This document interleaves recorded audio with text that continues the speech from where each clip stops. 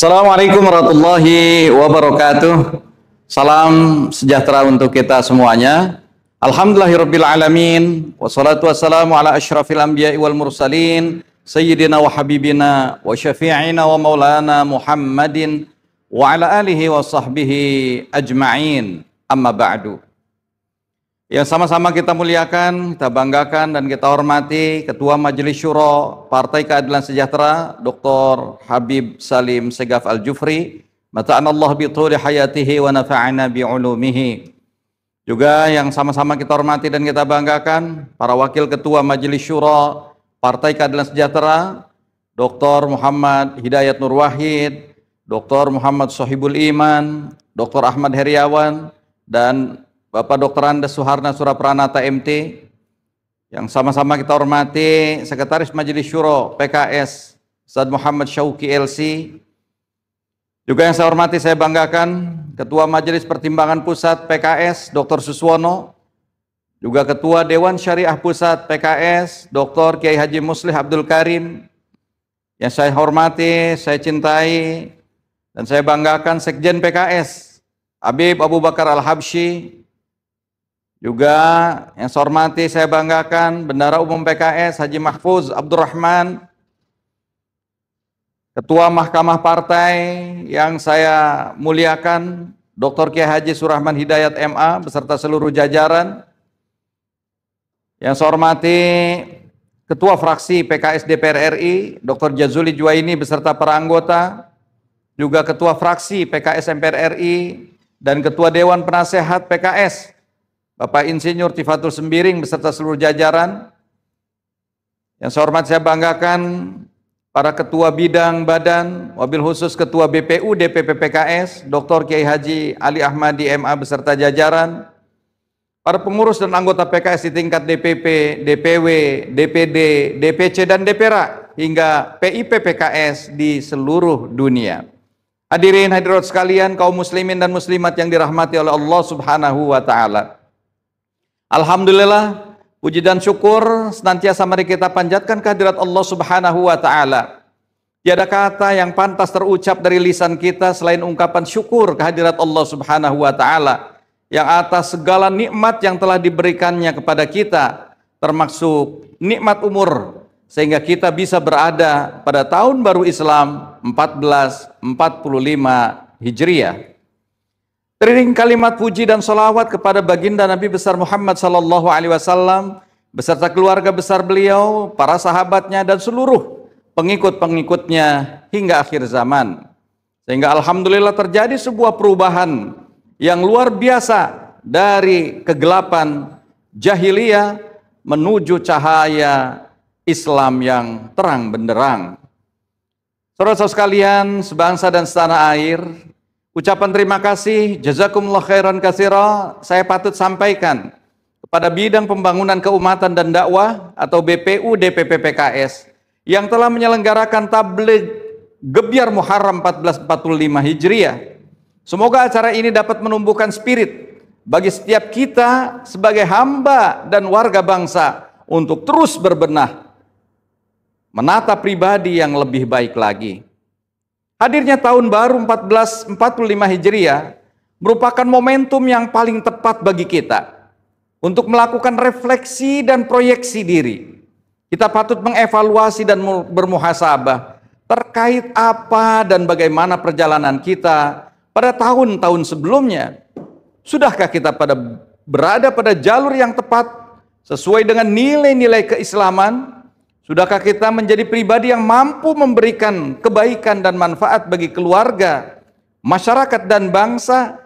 Dari evaluasi tersebut, lalu kita melakukan proyeksi, merencanakan langkah-langkah yang tepat untuk mengisi tahun baru Islam 1445 Hijriah. Keberadaan tahun 1445 Hijriah ini memiliki makna yang sangat penting dan strategis.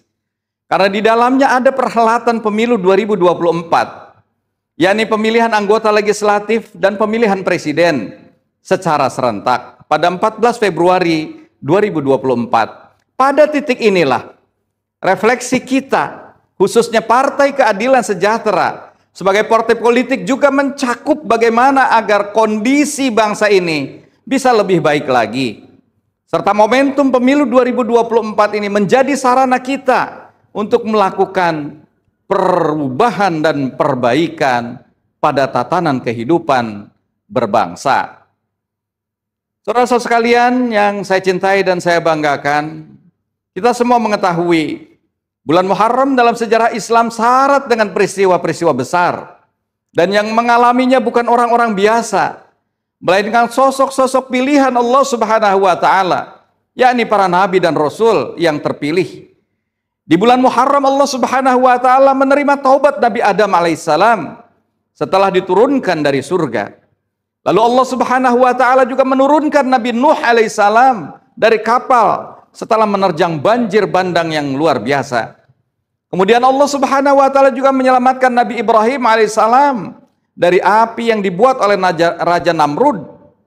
Allah Subhanahu wa Ta'ala juga menurunkan kitab Taurat kepada Nabi Musa alaihissalam dan menyelamatkan Nabi Musa alaihissalam dan pengikutnya dari kejaran Fir'aun dan pasukannya dengan menenggelamkan mereka di laut.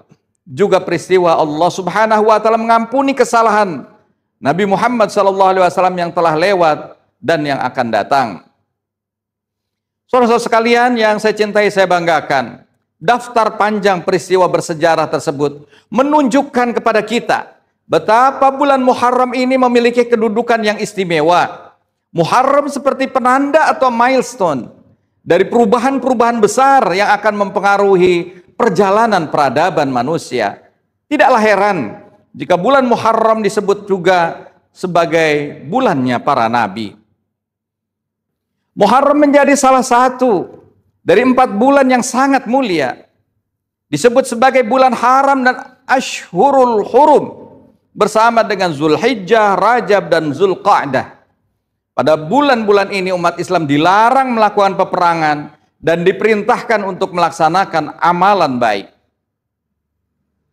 Saudara-saudara sekalian yang saya cintai dan saya banggakan, tentu kita berharap gebiar Muharram ini menjadi kesadaran sejarah, sehingga dengan itu kita dapat memberikan makna yang lebih besar dengan hadirnya tahun baru Islam 1445 Hijriah. Kesadaran sejarah tersebut menghindari kita dari perangkap rutinitas tahunan.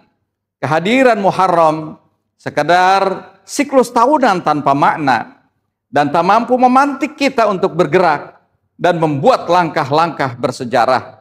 Cukuplah firman Allah Subhanahu wa Ta'ala mengingatkan kepada kita, alam ya'ni lil ladzina amanu an takhsha'a qulubuhum li dzikrillahi wa ma nazala minal haqq wa la takunu kal ladzina utul kitaba min qabl fatala 'alaihimul amad faqasat qulubuhum wa katsirun minhum fasiqun.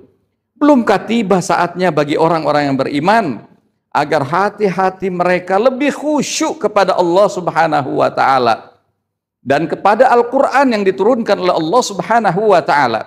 Saya kira momentum inilah yang harus kita rebut. Mari kita semakin dekat kepada Allah, Sang Pencipta kita. Mari kita jalani Al-Quran sebagai panduan kita untuk kehidupan ke depan, sehingga jalan lurus terbentang menuju kemenangan dan keriduan Allah Subhanahu wa Ta'ala.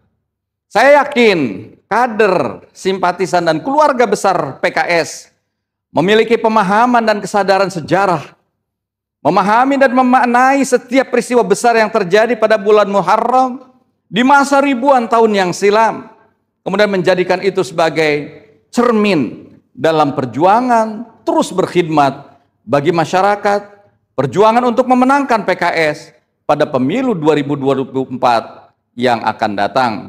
Pada waktunya, insya Allah guru kita bersama, Dr. Habib Salim Segaf Al-Jufri MA, insya Allah akan memberikan ceramah agama kepada kita.